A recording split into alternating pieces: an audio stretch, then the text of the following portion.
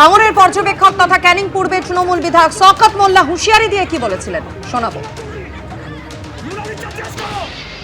আমাদের এই ভাঙড় থেকে 3টে অঞ্চল আমরা হেরে গিয়েছিলাম।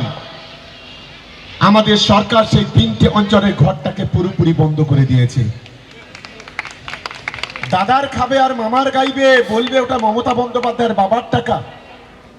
মমতা বন্দ্যোপাধ্যায় সরকার টাকা দেবে আর তার মা মাসে নিয়ে এই চালতাবেড়িয়া শানপুকুরের কিছু সমাজ বিরোধী তারা টানাটানি করবে। আমরা বলছি টাকা আমরা বন্ধ করে দিয়েছি, যদি হিম্মত থাকে বাপের বেটা হও সেই টাকা নিয়ে নাও, দেখি কত বাপের বেটা আছো তোমরা। আগামী দিনেও আমি পরিষ্কার বলি, আমাদের এই অঞ্চলে সিএমআরতে যে নাম এসছে, আমি প্রত্যেকটা নেতার কাছে অনুরোধ করব, আইএসএফ এর একজন না যেন টাকা পায় তার ব্যবস্থা আমাদের তৃণমূল কংগ্রেসকে করতে হবে। পরবর্তীকালে কৃষক বন্ধু লক্ষ্মীর ভান্ডার টাকা পাচ্ছেন, দেখা যাবে সেটা। কারণ এই টাকা কেন্দ্রের বিজেপি সরকার দিচ্ছে না, এই টাকা নওশাদ আব্বাসের মতো দালালরা দেয় না, এই টাকা মমতা বন্দ্যোপাধ্যায় তার রাজস্ব কোটা থেকে বাংলার গরিব মানুষের হাতে পৌঁছে দিচ্ছে, বাংলার মানুষের মুখে হাসি ফোটাচ্ছে।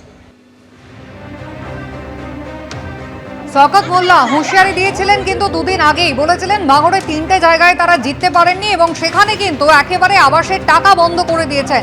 লক্ষ্মীর ভান্ডারের টাকার ক্ষেত্রেও কিন্তু সেই একই ব্যবস্থা হবে এবং আইএসএফ যাতে কোনো মতেই মমতা বন্দ্যোপাধ্যায় সরকারের থেকে দেওয়া এই টাকা না পায়, এই সুযোগ সুবিধা না পায়, তা কিন্তু নিশ্চিত করতে হবে।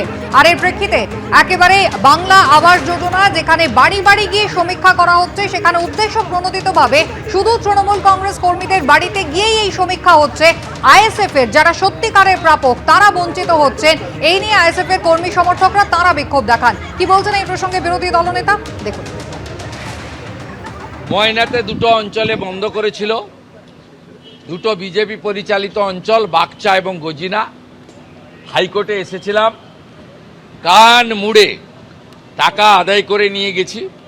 ওরা মমতার বাপের টাকা নয়, তৃণমূলের চুরির টাকা নয়, ওরা জনগণের ট্যাক্সের টাকা, আরবিআই থেকে লোন নেওয়া টাকা।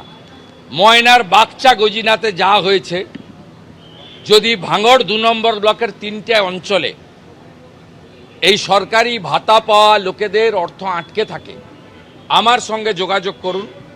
ময়নাতে যে লয়ার হাইকোর্টে প্লি করেছিল, আপনাদের পয়সা দিতে হবে না, শুধু ডকুমেন্টস দিয়ে যাবেন, আমি আপনাদেরকে লিগ্যাল সাপোর্ট দেবো। অপোজিশন লিডারের কাজ এটা, বিজেপি এটা শিখিয়েছে।